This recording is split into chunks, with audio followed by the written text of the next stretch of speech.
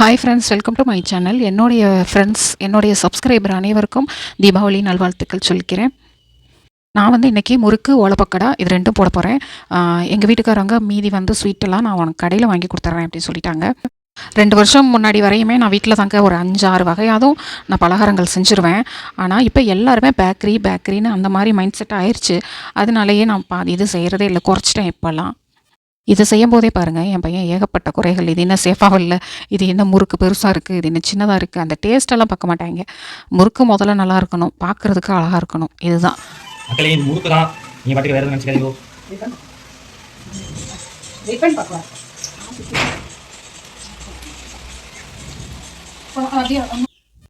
பார்த்தீங்களா, இதுதான் எங்கள் வீட்டில் நடக்கிறது.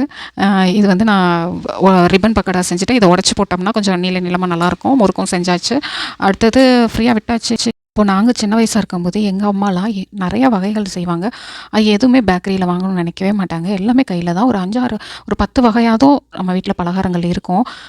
3 நாளைக்கு முன்னாடியே பலகாரம் சுட ஆரம்பிச்சிருவாங்க. அதே மாதிரி அந்த ட்ரெஸ்ஸு எப்போ போடுறது, தீபாவளி எப்படா வரும், அந்த பலகாரம் எப்படா சாப்பிட்றது அப்படின்னு ரொம்ப நாள் நாங்கள் வந்து நினச்சிட்டே இருப்போம்.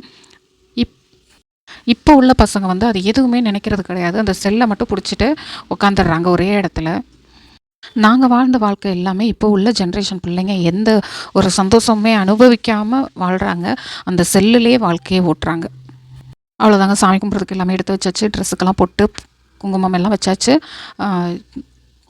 சாமி கும்பிட்டு முடித்த உடனேயும் எங்கள் வீட்டுக்காரவங்க அந்த ட்ரெஸ்ஸெல்லாம் ஒவ்வொருத்தவங்களுக்கு எடுத்து கொடுக்கும்போது அந்த ஒரு மகிழ்ச்சி இருக்குது பாருங்கள், செம்மையாக இருக்கும். அளவில்லா மகிழ்ச்சி. சாமி கும்பிடாமல் வீடியோ எடுத்துக்கிட்டு இருக்கான்னு ஒரு பக்கம் எங்கள் வீட்டுக்காரங்க பேசிகிட்டே இருக்காங்க. அதெல்லாம் நம்ம இந்த காதில் வாங்கி அந்த காதில் விட்டுறணும். எப்போதும் நம்மளுக்கு இந்த மெமரிபிள் நம்மளுக்கு வேணும். நம்ம இல்லைனாலும் நம்மளுடைய குழந்தைகள் பார்த்து, பேரப்பிள்ளைகள் பார்த்து நம்ம இப்படியெல்லாம் கொண்டாடணும் அப்படிங்கிறது ஒரு மகிழ்ச்சியாக பார்த்து சந்தோஷப்படணும். அதனால் இந்த மெமரிஸ் ரொம்ப முக்கியம் நம்ம வாழ்க்கையில். அடுத்ததாக எங்கள் மாமனார் மாமியார் இறந்தவங்களுக்கு வேஷ்டி, சட்டை, புடவை இது ரெண்டுமே எடுத்து வச்சு அவங்களுக்கு நாங்கள் சாமி கும்பிட்டுட்டு அந்த ட்ரெஸ்ஸை தான் நாங்கள் உடுத்திக்குவோம். ஓகே, ட்ரெஸ் வாங்கிக்கலாம். என் பையன் ட்ரெஸ் வாங்கிக்கிட்டா டிப்ஸு உண்டு, தீபாவளி பரிசு, தீபாவளி காசு எல்லாமே வாங்கிக்கிறது. ஹாப்பி தீபாவளி சொல்கிறேன். 2 பேரும் ஒன்றா சொல்லுவாங்க, ஹாப்பி தீபாவளி. இந்த சந்தோஷத்தோடையே போயிட்டு ஒரு வெடி ஒன்று வச்சிடலாம் அப்படின்னு நான் வச்சதுக்கப்புறம் என் பிள்ளை எங்கள் வீட்டுக்காரங்களாம் வைக்க ஆரம்பிச்சிருவாங்க. அடுத்ததான் என்னுடைய தீபாவளி சாரி. இதுதான் எங்கள் வீட்டுக்காரங்களை கூப்பிட்டு அவங்களாம் வைக்கப்பட்டுக்கிட்டு வரல. நானும் என் ஃப்ரெண்ட்ஸு எல்லாமே பிள்ளைங்க, பக்கத்து வீட்டு பிள்ளைங்க எல்லாருமா சேர்ந்து மாடியில் வெடி வச்சுக்கிட்டே ஃபோட்டோ எடுத்தோம். இந்த ஆங்கிள் அந்த ஆங்கிள்னு நிறையா ஃபோட்டோ எடுத்தோம், கலர்ஃபுல்லாக எடுத்தோம். எப்படி எடுத்தாலும் இருக்கிற ஃபேஸ் தானே இருக்கும். சொல்லுங்கடா, ஹாப்பி தீபாவளி சொல்லுங்கடா, சொல்லுங்க. அவ்வளோதானா?